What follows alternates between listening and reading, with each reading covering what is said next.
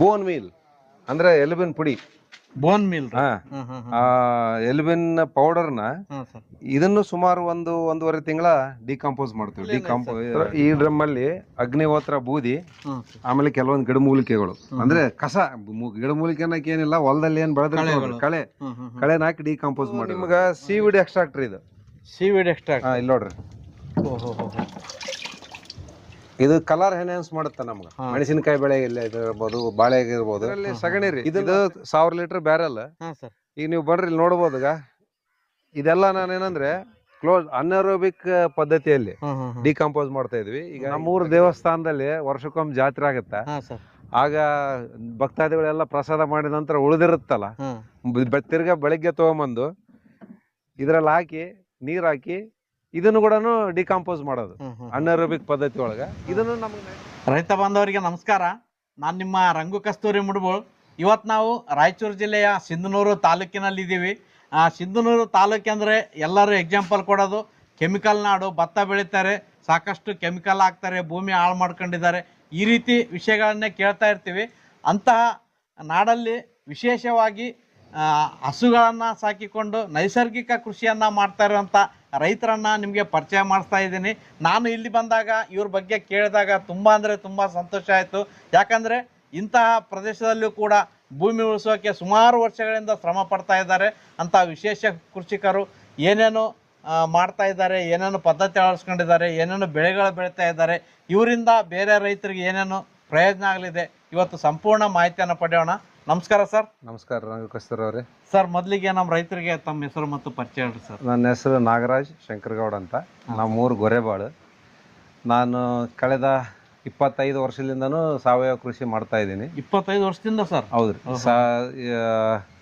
ಸಾವಯವ ಅನ್ನೋದಕ್ಕಿಂತ ಇನ್ನೂ ಒಂದು ಹೆಜ್ಜೆ ಮುಂದೆ ನೈಸರ್ಗಿಕ ಕೃಷಿಗೆ ಹೋಗಿದ್ವಿ. ಸ್ಟಾರ್ಟಿಂಗ್ ಎಲ್ಲ ಮಾಡ್ತಾ ಇದ್ವಿ ಆರಂಭದ ದಿನದಾಗ.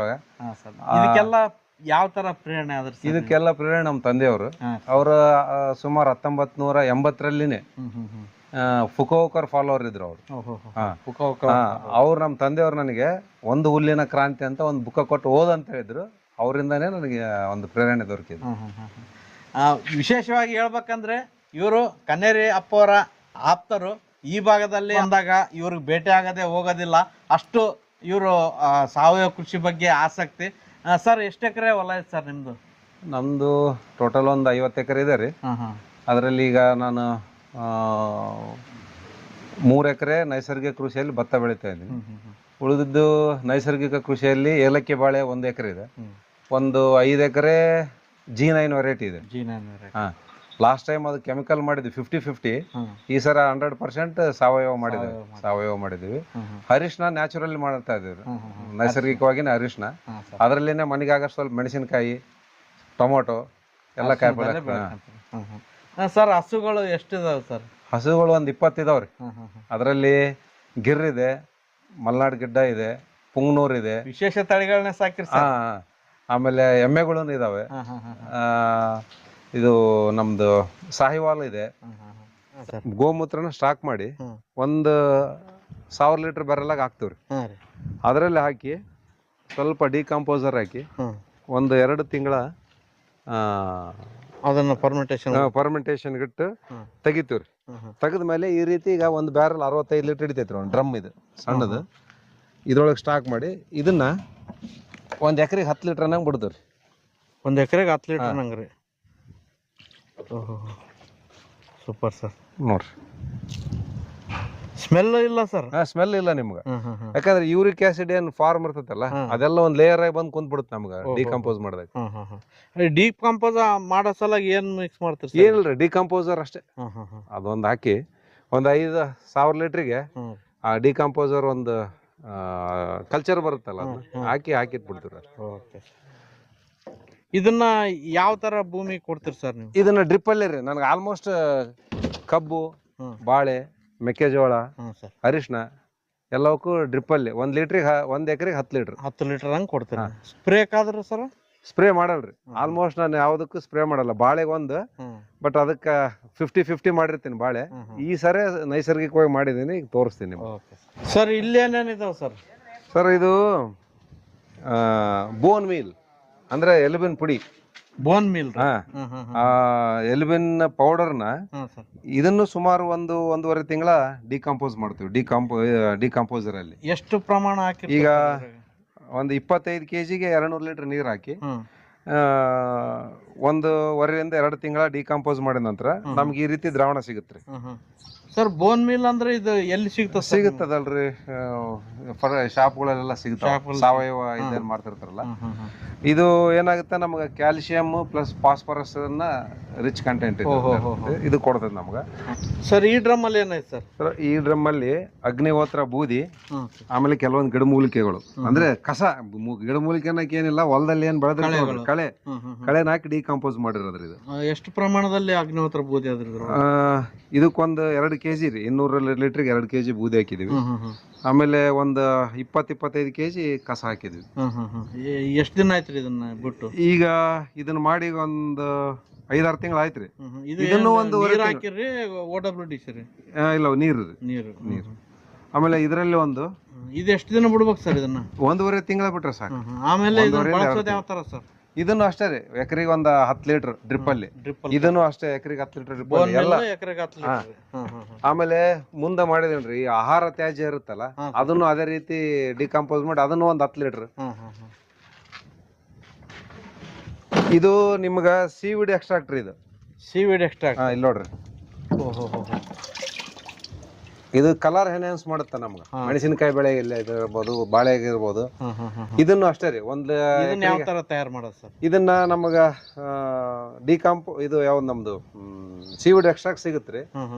ಅದನ್ನ ಒಂದು 25 kg ಇದು 200 ಲೀಟರ್ ನೀರು ಅಂದ್ರೆ 8 ಟೈಮ್ಸ್ ಜಾಸ್ತಿ ಹಾಕಿ ಇದನ್ನು 1.5 2 ತಿಂಗಳ ಡಿಕಂಪೋಸ್ ಮಾಡಿ ಕೊಡೋದು. ಸರ್ ಇದು ಯಾವ ತರ ಸಿಗ್ತದೆ ಸರ್ ಸೀವಿಡ್ ಎಕ್ಸ್ಟ್ರಾಕ್ಟ್? ಏನ್ ರೇಟಿಗೆ? ಸೀವಿಡ್ ಎಕ್ಸ್ಟ್ರಾಕ್ಟ್ ಫರ್ಟಿಲೈಸರ್ ಶಾಪ್ ಅಲ್ಲಿ ತರಿಸ್ತದೆ, ಹೇಳಿದ್ರೆ ತರಿಸ್ಕೊಡ್ತಾರ. ಏನ್ ರೇಟಿಗೆ ಕೊಡ್ತಾರ ಸರ್? ಅದು 300 ರೂಪಾಯಿನ kg ಇದೆ ರೀ. ಅಂದ್ರೆ ಪೌಡರ್ ಫಾರ್ಮ್ ನಾಗ ಇರುತ್ತೆ? ಪೌಡರ್ ಫಾರ್ಮ್ ಅಲ್ಲಿ ಇರ್ತ್ರಿ. ಬಟ್ ಈಗ 7,500 ರೂಪಾಯಿದಲ್ಲಿ 25 kg ಅಂದ್ರೆ ಆಲ್ಮೋಸ್ಟ್ 7,500 ರೂಪಾಯಿ ನಾವು ಇನ್ವೆಸ್ಟ್ ಮಾಡಿದ್ವಿ. ಬಟ್ ಇದನ್ನ 1 ಎಕರೆಗೆ 5 ಲೀಟರ್ ಸಾಕ್ರಿ. 1 ಎಕರೆಗೆ 5 ಲೀಟರ್ ಸಾಕು. ಅಂದ್ರೆ ಇದು ಸುಮಾರು 220 ಲೀಟರ್ ಐತ್ರಿ ಇವಾಗ. ಅಂದ್ರೆ ನಾವು ಮಲ್ಟಿಪ್ಲೈ ಮಾಡ್ಕೊಂಡು ಕೊಡಬಹುದು. ಇದರಿಂದ ಏನೇನು ಪ್ರಯೋಜನ ಸರ್ ಸೀವಿಡ್? ಇದರಿಂದ ನಮಗೆ ಈ ಹಣ್ಣಾಗ ಪರಿಪಕ್ವ ಆಗೋ ಟೈಮ್ ಕೊಟ್ಟ ಕಲರ್ ಜಾಸ್ತಿ ಬರುತ್ತೆ. ಕಲರ್ ಶೈನಿಂಗ್ ಎಲ್ಲ ಬರ್ತದೆ. ಇದೆಲ್ಲ ಮೈಕ್ರೋ ನ್ಯೂಟ್ರಿಯೆಂಟ್ ಇದು. Seaweed extract, amino acid, humic acid, ಆಮೇಲೆ ಎಲ್ಲಾ ರೀತಿಯ ಇದು micro nutrients, zinc sulphate, ferrous sulphate ಎಲ್ಲ ಹಾಕಿ ಇದನ್ನ ಮಲ್ಟಿಪ್ಲೈ ಮಾಡ್ತಾರೆ. ಇದೇನಿಲ್ರಿ, ಇದನ್ನ ಒಂದ್ಸರಿ ಮಾಡಿಟ್ರೆ ಡೈರೆಕ್ಟ್ ಆಗಿ ಕೊಡೋದು. ಇದ್ರೊಳಗೆ ಏನಾಯ್ತು ಸರ್? ಇದರಲ್ಲಿ ಸಗಣಿ ರೀ. ಇದು 1000 ಲೀಟರ್ ಬ್ಯಾರಲ್. ಈಗ ನೀವು ಬರ್ರಿ ಇಲ್ಲಿ ನೋಡ್ಬೋದು. ಇದೆಲ್ಲ ನಾನೇನಂದ್ರೆ ಕ್ಲೋಸ್ ಅನರೋಬಿಕ್ ಪದ್ಧತಿಯಲ್ಲಿ ಡಿಕಂಪೋಸ್ ಮಾಡ್ತಾ ಇದ್ವಿ. ಈಗ ತೆಗೆದವಲ್ಲ ಈಗ ಲಿಡ್, ಇದೆಲ್ಲ ನೋಡ್ರಿ. ಈಗ ನೀರೆಲ್ಲ ನಿಮ್ಗೆ ಆವಿಯಾಗಿ ನಿಂತ್ಕೊಂಡಿರೋದು, ವೇಪರೇಷನ್ ಆಗಿ ನೀರು ನಿಂತಿರೋದು ನೋಡ್ರಿ. ಆ ರೀತಿಯಾಗಿದೆ ಸಗಣಿ. ಅದನ್ನು 10 ಲೀಟರ್ ತಗೊಂಡು 200 ಲೀಟರ್ ಮಿಕ್ಸ್ ಮಾಡಿ 1 ಎಕರೆ ಕೊಡ್ತೀವಿ. ಅಂದ್ರೆ ಇದು ಹಾಕ್ಬೇಕಾದ್ರೆ ಬರೀ ಸಗಣಿ ಅಷ್ಟೇ ಹಾಕಿರಿ ಮತ್ತೇನ? ಏನಿಲ್ಲ, ಸಗಣಿ ಅಷ್ಟೇ ರೀ. ಸಗಣಿ ಡಿಕಂಪೋಸರ್ ಸಗಣಿ ಹಾಕಿ ಪ್ಯಾಕ್ ಮಾಡಿ. ಎಷ್ಟು ದಿನದ ಸರ್ ಇದು? ಇದು 1.5 ವರ್ಷದ ಐತಿ ನೋಡ್ರಿ. ಈಗ ಇದು 1.5 ವರ್ಷ. ನನಗೆ 500 ಲೀಟರ್ ಬಳಕೆ ಮಾಡಿ 500 ಲೀಟರ್ ಐತಿ. ಇದರಿಂದ ಯಾವ ತರ ನಮ್ಗೆ ನೈಟ್ರೋಜನ್, ಈಗ ನಿಮ್ಗೆ ಹೇಳಿದ್ನಲ್ಲ, ಮೂತ್ರ, ಇದು ಈಗ ಮುಂದೆ ನಿಮ್ಗೆ ಆಹಾರ ತ್ಯಾಜ್ಯ ತೋರಿಸ್ತೀನಿ. ಇವು 3 ನಮಗೆ ನೈಟ್ರೋಜನ್ ಕೊಡ್ತದೆ. ನೈಟ್ರೋಜನ್ ಬೋನ್ ಮಿಲ್ ಅಂದ್ರೆ ಎಲಿಬಿನ್ ಪುಡಿಯಿಂದ ಏನ್ ಮಾಡಿದ್ವಲ್ಲ ಅದು ಫಾಸ್ಫರಸ್ ಕೊಡುತ್ತೆ. ಆ ಬೂದಿ ಹಾಕಿದ್ದು ಪೊಟ್ಯಾಶ್ ಕೊಡುತ್ತೆ. NPK. ಸರ್ ಇಲ್ಲೆಲ್ಲ ಏನಿದಾವ ಸರ್? ಸರ್ ಇದು ಟೋಟಲಿ ಕಸನ ಬರೀ ನೀರಲ್ಲಿ ಹಾಕಿಟ್ಟಿರೋದು. ಸ್ವಲ್ಪ ಡಿಕಂಪೋಸರ್ ಹಾಕಿ ತೋಟದಾಗ ಏನೇನು ಕಳೆಗಳು ಏನ್ ಬರುತ್ತೆ ಎಲ್ಲಾ ಕಸನ ಮಿಕ್ಸ್ ಮಾಡಿ ಡಿಕಂಪೋಸರ್ ಹಾಕಿ ಕೊಳಿಸಿರೋದು ಅಷ್ಟೇ. ಇದು 1 ವರ್ಷದ್ದಿದೆ ರೀ. ಇದು ಒಂದು ಅರ್ಧ ಬಳಸಿದೀವಿ, ಅರ್ಧ ಇದೆ ಒಳಗಡೆ ನೋಡ್ರಿ. ಆ ರೀತಿ ತಿಳಿ ಇರುತ್ತೆ. ಇದನ್ನು ಎಲ್ಲ ನ್ಯೂಟ್ರಿಯೆಂಟ್ಸ್ ನಮ್ಗೆ ಮ್ಯಾನೇಜ್ ಮಾಡುತ್ತೆ. 1 ವರ್ಷದ್ದಾದ್ರೆ? 1 ವರ್ಷದ ಇದೆ ರೀ. ಇದು ಏನಿದೆ ರೀ, ಪೂರ ನಮ್ಗೆ ಗೋಳಿ ಪಲ್ಯ ಬರುತ್ತಲ್ರಿ, ನುಚ್ಚುಗೋಳಿ, ಕೆಂಪುದು ಗೋಳಿ, ಬೆಂಗಳೂರಲ್ಲೆಲ್ಲ ಸಾಂಬಾರ್ಗೆ ಹಾಕ್ತಾರ, ಅದು ಕೊಳಿಸಿರೋದ್ರಿ. ಇದು ನೈಟ್ರೋಜನ್ ಕೊಡ್ತೈತ್ರಿ ನಮ್ಗೆ ಗೋಳಿ ಪಲ್ಯ. ಆರೋಗ್ಯಕ್ಕೂ ತುಂಬಾ ಒಳ್ಳೆ ಸರ್ ಗೋಳಿ ಪಲ್ಯ. ಅದು ಮೆಣಸಿನಕಾಯಿನೇ ಕೊಳಿಸಿರೋದ್ರಿ. ಅದು ಕೀಟನಾಶಕ ಆಗಿ. ಎಷ್ಟು ಮೆಣಸಿನಕಾಯಿ ಹಾಕಿರಿ ಸರ್? ಅದಕ್ಕೆ ಒಂದು 50ರಿಂದ 60 kg ಹಾಕಿದ್ದೀನಿ. ಇವನ್ನೆಲ್ಲ ಎಷ್ಟೆಷ್ಟು ದಿನ ಆಗ್ಯಾವ ಸರ್ ಹಾಕಿಟ್ಟು? ಈಗ 1 ವರ್ಷದವ್ರಿ ಎಲ್ಲ. ಅದು ಎಷ್ಟೊಂದು ಮಾಗುತ್ತೆ ಹಾಂ ಸರ್. ಅಷ್ಟು ಅದ್ರ ಪ್ರಾಪರ್ಟೀಸ್ ಜಾಸ್ತಿ ಆಗುತ್ತೆ. ಸರ್ ಈ ಮೆಣಸಿನ್ಕಾಯಿದು ಸ್ಪ್ರೇ ಮಾಡಕ್ ಭೂಮಿ ಕೊಡಕ್ ಸರ್? ಎರಡಕ್ಕೂ ಮಾಡ್ತೀನಿ ರೀ. ಯಾವ ತರ ಸರ್ ಡೋಸ್? ಅಂದ್ರೆ ಮೆಣಸಿನಕಾಯಿ ಬೆಳೆಗೆ ಮಾತ್ರ ಯೂಸ್ ಮಾಡ್ತೀನಿ ರೀ, ಬೇರೆ ಬೆಳೆಗೆ ಯೂಸ್ ಮಾಡಲ್ಲ. ಹೌದಾ ಸರ್? ಹಾ. ಈಗ ಇದೆಲ್ಲ ನಿಮ್ಗೆ ಕಾಣ್ತಾ ಇದೆಯಲ್ಲ, ಕೆರೆ ಒಡ್ಡಿನ ಮ್ಯಾಗೆಲ್ಲ ಇಲ್ಲಿ ಮೆಣಸಿನಕಾಯಿ ಹಾಕಕ್ ರೆಡಿ ಮಾಡಿದೀನಿ ಈಗ. ಈಗ ಆಗಸ್ಟ್ 15-20 ಪ್ಲಾಂಟೇಶನ್ ಆಗುತ್ತೆ. ಆ ಮೆಣಸಿನಕಾಯಿಗಾಗಿನೇ ಅದನ್ನ ಕೊಡ್ತಾ ಇದೀವಿ. ಯಾವ ಪ್ರಮಾಣದಾಗ ಕೊಡ್ತೀರಿ ಸರ್ ಇದನ್ನ? ಅದು ಅಷ್ಟೇ ರೀ, ಒಂದು 200 ಲೀಟ್ರಿಗೆ 10 ಲೀಟರ್ ಹಾಕಿ 1 ಎಕರೆ ಕೊಡೋದು. ಭೂಮಿ ಕೊಟ್ಬಿಡೋದು. ಆಮೇಲೆ ನೋಡ್ತಾ ಇದ್ರಲ್ಲ, ಇದು ನನಗೊಂದು 3.5 ರಿಂದ 4 ಕೋಟಿ ಲೀಟರ್ ಸಂಗ್ರಹ ಆಗುತ್ತೆ. ಇದರಿಂದನೇ ನಂದೆಲ್ಲ ಕೃಷಿ ಮೇನ್ ನಡೀತಾ ಇರೋದ್ರಿ. ಇದು ಕೆಳಗಡೆ ಏನು ಪ್ಲಾಸ್ಟಿಕ್ ಆದ್ರೆ ಏನ್ ಬರೀ? ಇಲ್ಲ, ನಮ್ಮ ಏರಿಯಾದಲ್ಲಿ ಇದು ಸ್ಪೆಷಲಿ ನಮ್ಮ ರಾಯಚೂರು ಡಿಸ್ಟಿಕ್ ಇಲ್ಲ, ನಾವನ್ ಈ ಕಪ್ಪು ಭೂಮಿಗೆ ಯಾವ ಪ್ಲಾಸ್ಟಿಕ್ ಇರಲ್ಲ. ಕೆಳಗಡೆ ಗ್ರಾವೆಲ್ ಬರುತ್ತ್ರಿ, ಗರ್ಚ್ ಅಂತೀವಲ್ಲ, ಅದು ಒಂದ್ ಹನಿ ನೀರನ್ನು ಕುಡಿಯಲ್ಲ, ನೀರನ್ನು ಕೆಡಲ್ಲ. ಇದ್ರಾಗ ಮೀನಪಾನ ಬಿಟ್ರಿ ಸರ್? ಮೀನ ಬಿಟ್ಟಿದೀವ್ರಿ, ಮೀನು ಕೃಷಿ ಮಾಡಿದ್ವಿ. ಬಟ್ ನಮ್ಗ ತುಂಗಭದ್ರಾ ನದಿ ಸಮೀಪ ಆಗೋ ಕಾರಣಕ್ಕ ಮೊಸಳೆಗಳು ಬಂದು ಸೇರ್ತಾ ಇದಾವ. ಹೀಗಾಗಿ ಹಿಂಗ 2 ವರ್ಷದಿಂದ ಯಾವುದೇ ರೀತಿಯ ಮೀನುಗಾರಿಕೆ ಮಾಡಿಲ್ರಿ. ಮೊಸಳೆ ಬಂದ್ರೆ ಕಷ್ಟ ಅಲ್ಲ ಸರ್? ಇದಾವ್ರಿ, ಇವಾಗ ಅಲ್ಲಿ ನಿಮ್ಗೆ ಕಾಣಲ್ಲ, ಇದಾವ ಎರಡು ಮೊಸಳೆ ಇದಾವ ಇದ್ರೊಳಗ್ರಿ. ಸರ್ ಇಲ್ಲಿ ಏನೇನ್ ಸೆಟಪ್ ಮಾಡ್ಕೊಂಡ್ರೆ? ಇದು ನಮ್ಮೂರ ದೇವಸ್ಥಾನದಲ್ಲಿ ವರ್ಷಕ್ಕೊಮ್ಮೆ ಜಾತ್ರೆ ಆಗತ್ತೆ. ಆಗ ಭಕ್ತಾದಿಗಳೆಲ್ಲ ಪ್ರಸಾದ ಮಾಡಿದ ನಂತರ ಉಳಿದಿರುತ್ತಲ್ಲ, ತಿರ್ಗಾ ಬೆಳಿಗ್ಗೆ ತಗೊಂಬಂದು ಇದ್ರಲ್ಲಿ ಹಾಕಿ ನೀರ್ ಹಾಕಿ ಇದನ್ನು ಕೂಡ ಡಿಕಂಪೋಸ್ ಮಾಡೋದು ಅನರೋಬಿಕ್ ಪದ್ಧತಿ ಒಳಗ. ಇದನ್ನು ನಮ್ಗೆ ನೈಟ್ರೋಜನ್ ಕೊಡುತ್ತೆ. ಈಗ ಇದು 1000 ಲೀಟರ್ ಇದೆ ಇದು. ಇನ್ನೊಂದ್ ಬ್ಯಾರಲ್ಲಿ ಒಂದು 500 ಲೀಟರ್ ಇತ್ತು, ಒಂದು 200 ಲೀಟರ್ ಬಳಸಿದೀವಿ. ಇನ್ನ ಒಂದು 300 ಲೀಟರ್ ಉಳ್ಕೊಂಡಿದೆ ಅಲ್ಲಿ. ಆಮೇಲೆ ಇವೆಲ್ಲ ನಾವು ಜೀವಾಮೃತ ಮಾಡೋದಕ್ಕಾಗಿ ಬ್ಯಾರಲ್ ಇವು ಜೀವಾಮೃತಗಳು ಮಾಡ್ತೀವಿ. 2000 ಲೀಟರ್. ಇನ್ನೂ ಒಂದು ಇದೆ ರೀ, ಇಲ್ಲೊಂದು ಒಳಗಡೆ ಇಟ್ಟಿದ್ದೀವಿ. 3000 ಲೀಟರ್ ಮಾಡಿ ಎಲ್ಲ ಹೊಲಕ್ಕೆ ಕವರ್ ಮಾಡ್ತೀವಿ. ಸರ್ ಎಲ್ಲ ವೆಂಚೂರ್ ಸಿಸ್ಟಮ್ ಫಿಲ್ಟರ್ ಎಲ್ಲ ಇಲ್ಲೇ? ಎಲ್ಲ ನಮ್ ಟೋಟಲ್ ಹೆಡ್ ಯೂನಿಟ್ ಎಲ್ಲ ಇದೆ ರೀ. ಮೋಟರ್ ಇಲ್ಲೇ ಇದೆ, ಸ್ಯಾಂಡ್ ಫಿಲ್ಟರ್, ಡಿಸ್ಕ್ ಫಿಲ್ಟರ್. ಆಮೇಲೆ ನಮ್ದು ಸ್ವಲ್ಪ ನೀರ್ ಒಳಗೋದ್ಮೇಲೆ ಹಾರ್ಡ್ ವಾಟರ್ ಟೈಪ್ ಬರುತ್ತೆ ರೀ, ಸ್ವಲ್ಪ ಸಲನಿಟಿ ಇರುತ್ತೆ. ಅದಕ್ಕಾಗಿ ಸಾಫ್ಟ್ನರ್.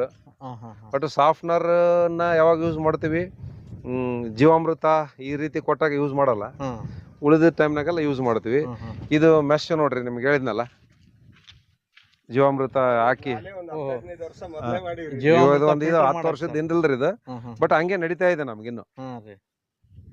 ಇದು ಡ್ರಮ್ ನಲ್ಲಿ ಬಿಟ್ಬಿಟ್ರೆ? ಡ್ರಮ್ ನಾಗ ಇಟ್ಟು ಇದ್ರೊಳಗೆ ವೆಂಚೂರಿ ಬಿಟ್ಬಿಡ್ತೀವಿ. ಈಜಿಯಾಗಿ ಫಿಲ್ಟರ್ ಆಗ್ತದೆ. ಸೂಪರ್ ಸರ್, ಈಜಿ ಕೆಲಸ. ಇದೆಲ್ಲ ಕೆರೆ ಒಡ್ಡಿನ ಮೇಲೆ ಎಲ್ಲ ಸೆಟಪ್? ಕೆರೆ ಒಡ್ಡಿನ ಮೇಲೆ ಸೆಟಪ್ ಮಾಡಿದ್ವಿ.